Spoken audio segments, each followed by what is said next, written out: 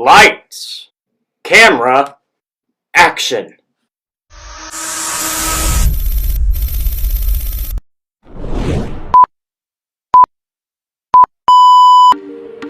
Assalamualaikum warahmatullahi wabarakatuh. Perkenalkan, nama saya Adelia Nurul Fajri. Saya dari Fakultas Ilmu Tarbiyah dan Keguruan. Saya dari Prodi Pendidikan Bahasa Arab. Di sini, saya akan menjelaskan atau menerangkan tentang resume dari materi PBAK hari pertama hingga hari kedua. Stay tune ya. Peserta PBAK diikuti oleh mahasiswa baru sebanyak 3.794 orang dan ada angkatan tahun 2020 yang belum lulus PBAK tahun lalu sebanyak 40 orang. Nah, tahun ini mahasiswa baru terbagi menjadi 7 fakultas, yakni Fakultas Ilmu Tarbiyah dan Keguruan sebanyak 963 mahasiswa, Fakultas Syariah sebanyak 599 mahasiswa, Fakultas Humaniora sebanyak 62, Fakultas Psikologi sebanyak 234, Fakultas Ekonomi sebanyak 979, Fakultas Saintek sebanyak 811 mahasiswa, dan Fakultas Kesehatan Ilmu Kedokteran yang sebanyak 180 orang. Materi yang pertama yaitu tentang materi akademik yang telah disampaikan oleh Wakil Rektor 1 UIN Maulana Malik Ibrahim Malang. UIN Maulana Malik Ibrahim Malang terdiri dari 7 fakultas, yaitu ada Psikologi, Humaniora, Syariah, Ekonomi, Saintek, dan Tarbiyah. Kini UIN Maliki sedang berada di tahap pengakuan internasional dan reputasi internasional. Oleh karena itu, UIN Maliki sedang memperbanyak event internasional, mahasiswa abroad, program studi internasional, dan lain-lain. Nah, upaya internasionalisasi ini dilakukan dengan cara mendorong para dosen dan mahasiswa untuk membuat jurnal internasional. Para mahasiswa diwajibkan untuk research dan mempublish jurnal nasional atau internasional sebagai tugas akhir mereka untuk menaikkan predikat kampus UIN Malang ini. UIN Malang juga memadukan pengetahuan umum dan agama untuk membentuk karakter melalui Ma'had Al-Jamiyah selama 1 tahun. UIN Maliki juga memiliki beberapa fasilitas yang menaungi mahasiswanya seperti lembaga bahasa yang dimana di dalamnya ada bahasa Inggris, bahasa Arab, dan bahasa Melayu. Adanya ma'had atau fasilitas tersebut untuk membentuk pemuda modern, cinta bangsa, dan peduli Indonesia yang tangguh. Dan juga ada perpustakaan yang menyediakan jurnal-jurnal dan karya ilmiah. Perkuliahan berlangsung selama 8 semester dengan 160 sampai 150 SKS dengan penelitian sebagai pengabdian masyarakat dengan mata kuliah profesi, dengan KKN, dengan yudisium, hingga akhirnya wisuda. Mata kuliah di UIN Maliki ini dijadikan sebagai pengembangan kepribadian yang merupakan ciri khas dari UIN Maulana Malik Ibrahim Malang. Mata perkuliahan terdiri dari mata kuliah dasar, agama, bahasa, dan filsafat, dengan mata kuliah fakultas yang membedakan antar fakultas dan mata kuliah program studi yang membedakan antar prodi. Pada tahun 2021, pembelajaran dilakukan secara daring melalui platform Zoom atau Google Meet, e-learning, dan lain-lain. Kemudian, untuk sistem siakat mahasiswa baru semester 1 dipaketkan, sedangkan semester 2 sampai semester seterusnya diambil secara mandiri dengan berkonsultasi kepada DPA atau dosen penasehat akademik. Perkuliahan dimulai pada tanggal 6 September sampai Desember 2021 dengan melalui UTS dan UAS. Setelah UAS, mahasiswa akan mendapatkan KHS atau kartu hasil studi, di mana di sana tertera IPK, IPK berpengaruh terhadap SKS. Semakin kecil IPK, semakin sedikit yang akan dituangkan di dalam SKPI atau Surat Keterangan Pendamping Ijazah. Nah, hal ini didapat dari kegiatan non-akademik dengan skor minimal 250 poin. Jadi, kita sebagai mahasiswa jangan hanya menjadi mahasiswa yang sekedar kuliah saja lalu pulang, namun jadilah mahasiswa yang aktif, yang mengikuti keorganisasian dan lain-lain. Kampus UIN Maliki juga menyediakan beasiswa berupa beasiswa prestasi akademik maupun beasiswa prestasi non-akademik. Jika ingin menyampaikan aspirasi atau pendapat, mahasiswa bisa menyampaikannya melalui SEMA, DEMA, HMPS, ataupun HMJ. UIN Maliki juga memiliki akselerasi. Jadi, saat semester 7, kita diperbolehkan mengambil S2. Namun, dengan syarat dan tentunya seleksi yang cukup ketat. Lulusan UIN Malang tidak hanya sekedar menjadi ustadz atau ahli agama, tetapi juga bisa menjadi orang sukses seperti yang lainnya, dengan doktor, dosen, insinyur, dan lain-lain. Kita juga harus bangga menjadi mahasiswa dari UIN Maliki ini, karena di universitas ini kita tidak hanya diajarkan ilmu pengetahuan, namun kita juga diajarkan ilmu agama. Mahasiswa UIN Maliki diharapkan dapat aktif dan menjadi manusia yang bermanfaat. Untuk selanjutnya yaitu resume materi PBAK hari kedua. Yang pertama yaitu materi oleh DEMA atau Dewan Eksekutif Mahasiswa yang diketuai oleh Farhan Adi Murosadi, jurusan farmasi, dan wakilnya yang bernama Ahmad Fawait, jurusan psikologi. DEMA merupakan organisasi interkampus atau OMIK yang merupakan lembaga eksekutif mahasiswa di universitas. Fungsi DEMA yaitu yang pertama, sebagai pelaksana program organisasi kemahasiswaan. Yang kedua yaitu sebagai lembaga yang mengkoordinir, menginstruksikan pelaksanaan kegiatan kemahasiswaan di tingkat universitas. Nah, tugas DEMA yaitu yang pertama, melaksanakan program kerja organisasi yang sudah disepakati Senat Mahasiswa atau SEMA. Yang kedua yaitu mengkomunikasikan dan menginformasikan kegiatan kemahasiswaan apa saja di tingkat universitas ini. Yang selanjutnya yaitu melaksanakan koordinasi dan sinkronisasi kegiatan kemahasiswaan. Lanjut ke materi yang kedua yaitu yang diberikan oleh SEMA atau Senat Mahasiswa yang diketuai oleh Muhammad Adi Maroni. SEMA merupakan organisasi mahasiswa UIN Malang yang berperan sebagai lembaga legislatif yang mengoordinasi DEMA, UKM, dan HMJ. Fungsi SEMA yaitu yang pertama sebagai advokasi, legislasi, pengawasan, dan penganggaran. SEMA juga membantu mahasiswa dalam segala masalah untuk disampaikan kepada pihak yang terkait. Tugas SEMA yaitu mengawasi dan mengontrol DEMA universitas, memberikan persetujuan setiap kegiatan yang akan dilaksanakan.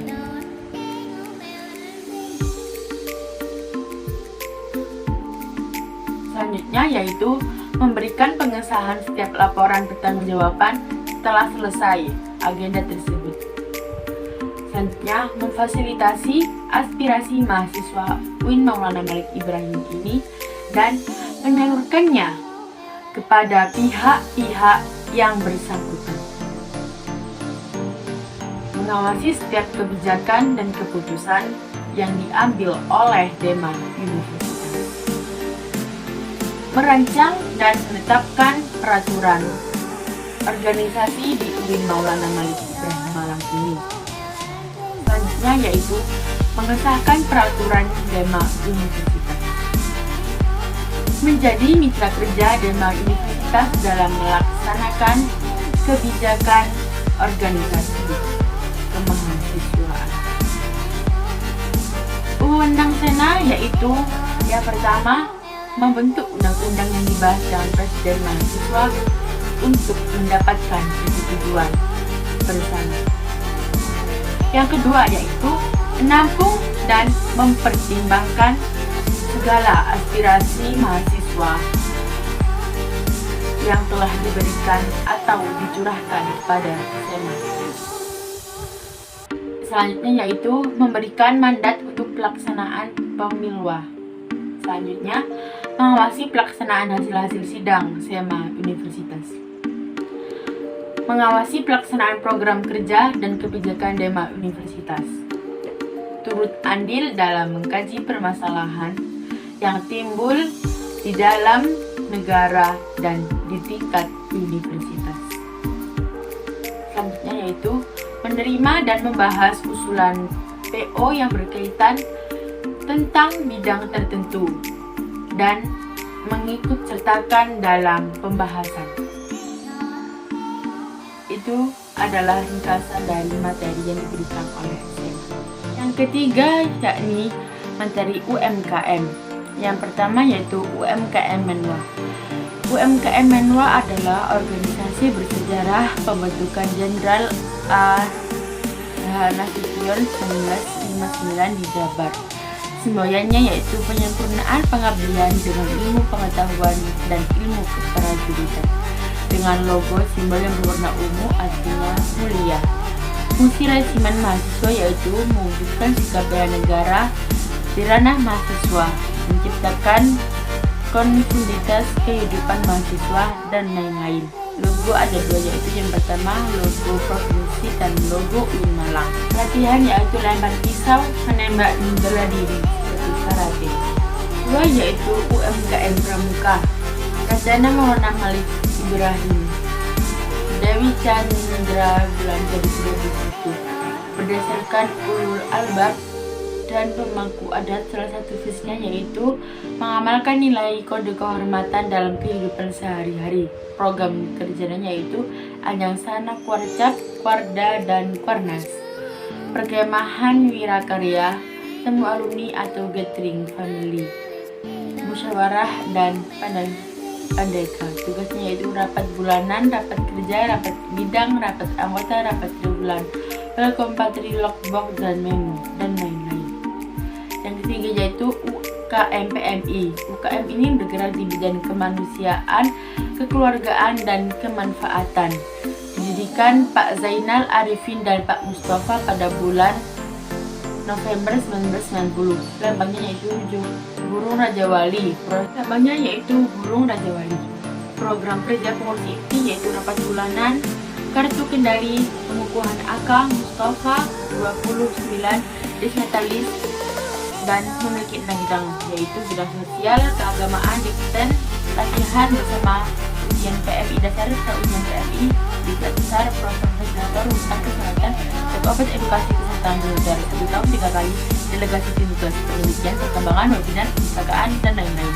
Humas konsolidasi silaturahmi keluarga, kewirausahaan, penyebaran ucapan. Ini yaitu UKM DGB atau Humas Gita Bahana yang berumur 6 tahun. Mengurus pengembangan bakat di bidang suara, memiliki 8 prestasi minimal dan provinsi. GGB mempelajari ilmu musik, surat angka, not balok, dan lain-lain, dan ilmu keorganisasian. Selanjutnya yaitu UKM SR atau Seni Religius, lembaga otonom yang memiliki jalur koordinatif yang bergerak dalam bidang seni Islami. Tujuannya yaitu membentuk kader Islami yang beriman dan taat kepada Allah dan memiliki jiwa pemimpin yang agamis, kritis, dinamis, kreatif, inovatif, serta menjunjung tinggi Tridharma perguruan tinggi. Divisi yaitu kaligrafi, kiroah, MC, qasidah, nasyid, sholawat, gambus. UKM teater berumur 35 tahun, dapat bidang seni, musik, tari sastra, aktor, dan lain-lain. Yang selanjutnya itu UKM Mapala Kusina. Organisasi pecinta alam, kegiatan utama yaitu mendaki, bencana alam atau sosialisasi, mendaki gunung, panjat tebing, susur goa, dan lain-lain. UKM selanjutnya yaitu UKM UAMP, Inovasi Kaki, unit kegiatan mahasiswa yang bergerak di bidang jurnalistik, didirikan pada tanggal 21 Maret 1986 di Malang, Jawa Timur. Visi yaitu memihak kesadaran nurani filosofi teks UAMP, melambangkan independensi, produk impor berupa koran, bulan Sulana, kampus, dan majalah berupa majalah tahunan berisi desk news yang khusus adalah agenda rutin yaitu diklat, tingkat dasar, upgrading skills, jurnalistik sekolah, sampai rapat akhir tahun, diskusi rutin. Sekarang adalah materi yang terakhir atau materi yang keempat.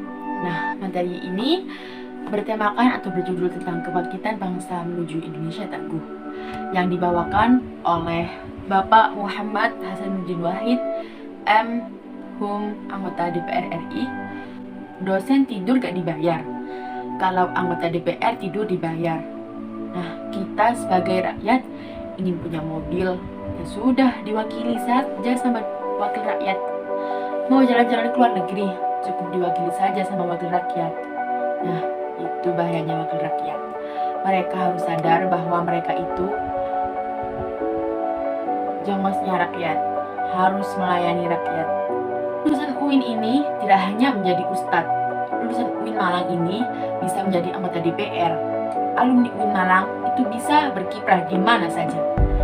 Kita ini lahir dari UIN, ahli-ahli di berbagai bidang, agar nama UIN Maulana Malik Ibrahim ini senafas sesuai dengan Maulana Malik Ibrahim yang sukses pada masanya. Sampai saat ini tidak ada yang bisa menemukan obat COVID-19. Nah, kunci untuk menanggulangi COVID-19 ini adalah vaksinasi agar mencapai herd immunity atau kekebalan skala besar. Kunci yang kedua adalah disiplin prokes. Orang Indonesia kurang disiplin untuk melaksanakan prokes, jadi susah COVID untuk meninggal. Tingkat pemahaman COVID di Indonesia itu rendah, sangat rendah. Memakai masker saja susah, gimana mau sembuh dari COVID? Pertumbuhan ekonomi susah karena COVID. Ekonomi turun, semua negara turun, tapi kita sudah mengalami kenaikan dari year of year. Kita naik sekitar 7%. Namanya daya membeli karena efek PPKM membuat masyarakat malas untuk membeli, lalu terjadi inflasi dan juga banyak kehilangan pekerjaan akibat pandemi COVID-19. Telah tercatat lebih dari 50.000 buruh PHK sejak awal tahun 2020. Tingkat pengangguran akan semakin lebih banyak di bulan Agustus 2020. Kalau dampak sektor pendidikan, banyaknya yang putus sekolah dikarenakan anak atau murid harus bekerja karena krisis ekonomi akibat pandemi COVID-19, dan juga karena persepsi orang tua mereka masing-masing. Lalu, kebijakan sektor pendidikan di pandemi ini adalah memberikan bantuan kuota data internet, bantuan subsidi PLT, dan lain-lain. Bantuan lanjutan untuk bulan September, Oktober, November sebanyak 2,3 triliun agar kita bisa tatap muka. Kita harus melakukan kolaborasi heksahelix agar terselesaikan wabah ini. Model kolaborasi ini tidak hanya model di pandemi, akan tetapi menjadi model kolaborasi masa depan yang mampu menaikkan kelas sektor ekonomi, pendidikan, dan sektor lembaga di Indonesia. Sekarang kita berada di era digital 4.0 yang akan menuju 5.0, yaitu seperti memakai hologram. Kata pepatah, siapa yang ingin memajukan dunia, dia harus pandai IT. Barang siapa yang tidak bisa menjadi mahir dalam IT, maka akan menjadi budak dunia. 3 kekuatan dapat mengubah dunia adalah: yang pertama, kemajuan teknologi, yang kedua adalah agama, dan yang ketiga adalah pasar. Peran dan peluang UIN dalam arus utama pengembangan teknologi digital ini yaitu dalam link and match dengan sektor industri. Jadi, kekuatan sosioteknopen, epicentrum ajaran agama inklusif. Cara bekerja pada masa depan adalah munculnya jenis pekerjaan baru akibat digitalisasi dan akibat otomatisasi. Cara menjadi generasi unggul ialah dengan keagungan moral dan spiritual. Bentuk ilmu pengetahuan memiliki digital question atau kesalahan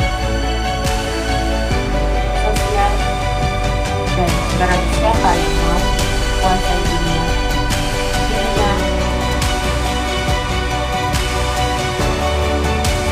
barang siapa yang mau menguasai dunia harus dengan ini. Yang mau menguasai akhirat harus dengan ini. Kalau mau keduanya, maka kuasailah dengan ini. Kita harus memiliki kecerdasan emosional, tidak hanya kecerdasan individu saja. Jadi, mahasiswa UIN Baik ini harus punya 2 arus besar, yaitu adalah Sunni dan Syiah Islam. Social labeling seperti Islam liberal, sekular, pragmatis, modernis, tradisionalis, fundamentalis, ekstremis, teroris. Label kontemporer adalah Islam modern dan Islam Nusantara. Cukup sekian yang dapat saya sampaikan. Kurang lebihnya mohon maaf. Saya akhiri. Wassalamualaikum warahmatullahi wabarakatuh.